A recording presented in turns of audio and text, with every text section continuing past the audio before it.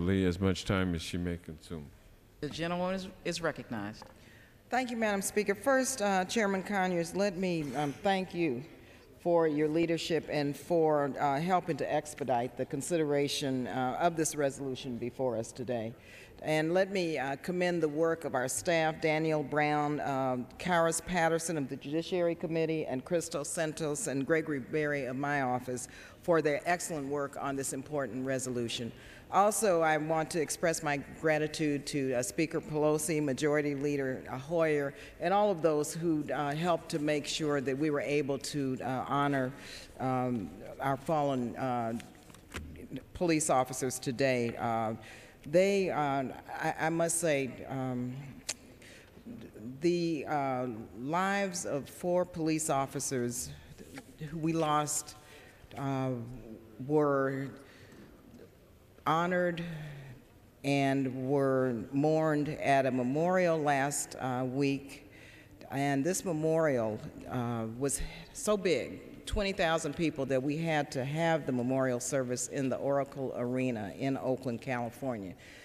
It's really with a very heavy heart that I introduced this resolution, honoring their lives and mourning their losses.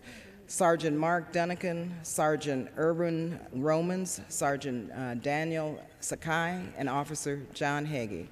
All were members of the Oakland, California Police Force. They were brutally slain in the line of duty 10 days ago. Madam Speaker, the death of any law enforcement or first responder in the line of duty is a loss felt by so many people in so many communities.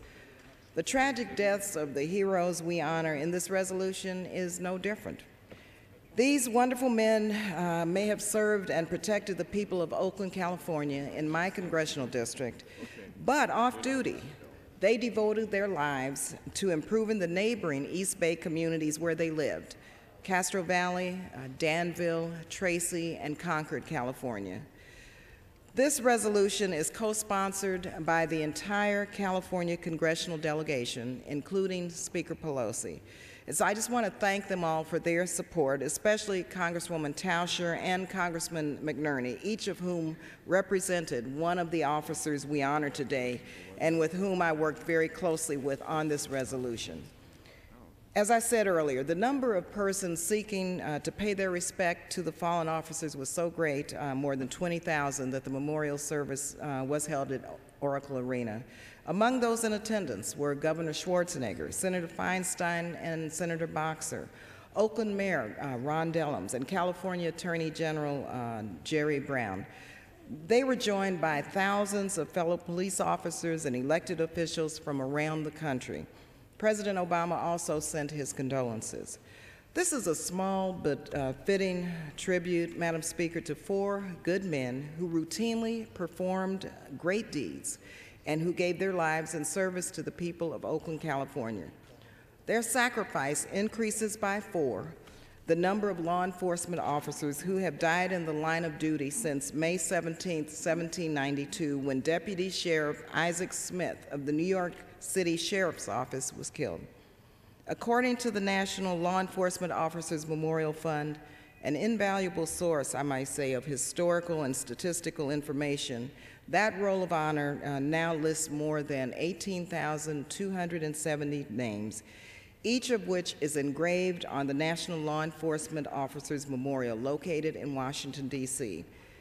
In May 2010, the names of Sergeants Mark Dunakin, Ervin Romans, Daniel Sakai, and Officer John Hege will be added to those of their fallen brothers and sisters.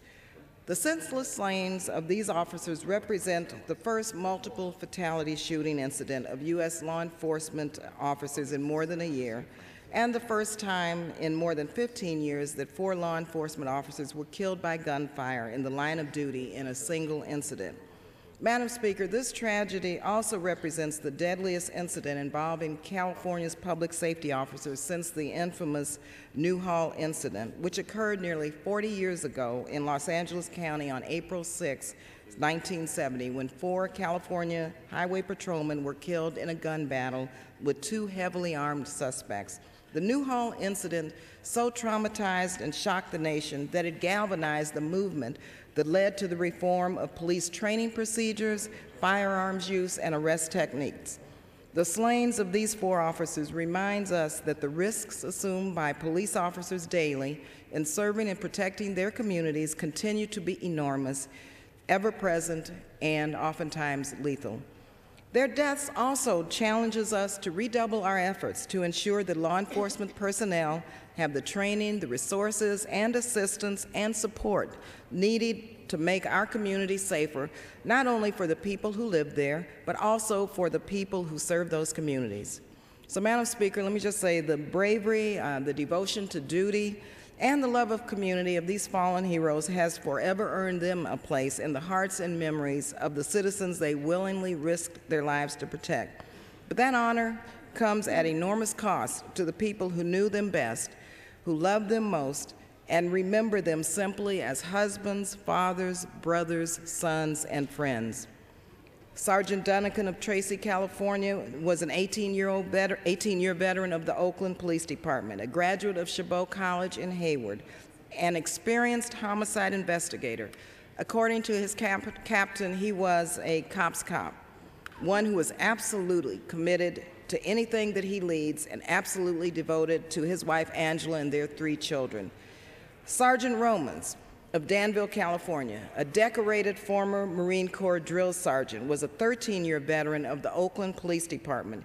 He was also one of the ablest members of the Oakland Police SWAT team and was highly respected for his work in the Narcotics Division, where he was responsible for solving several major drug cases.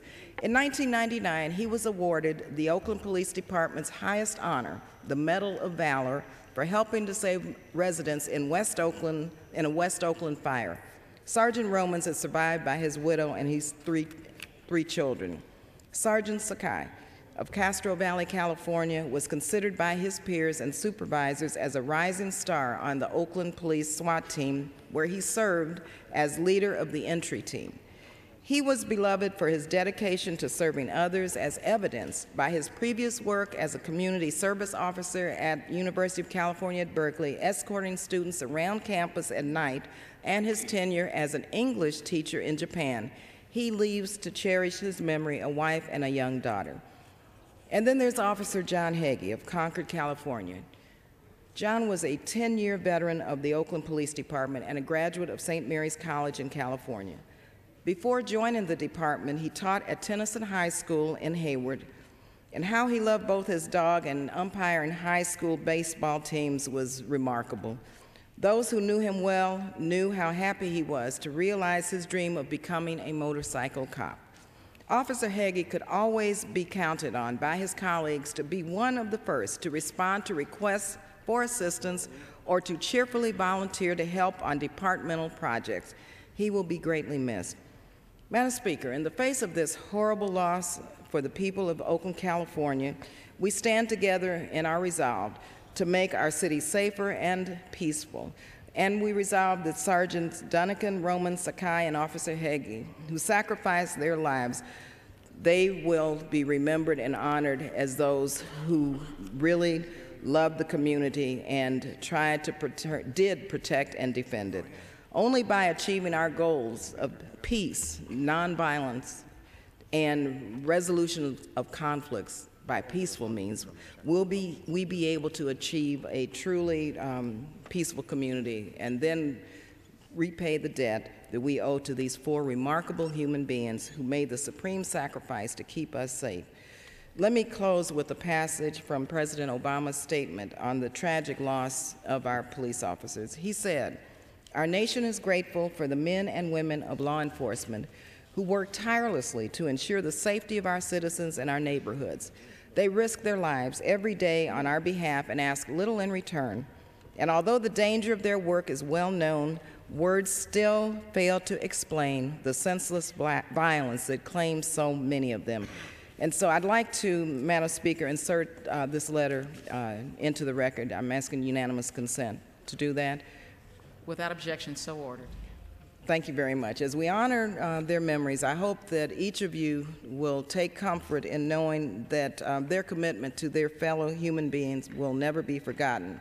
We will always carry them in our hearts, and their legacy of service will inspire us as we work together toward a better Oakland and a better world. Thank you, and thank you, Chairman Conyers, for your assistance with this resolution.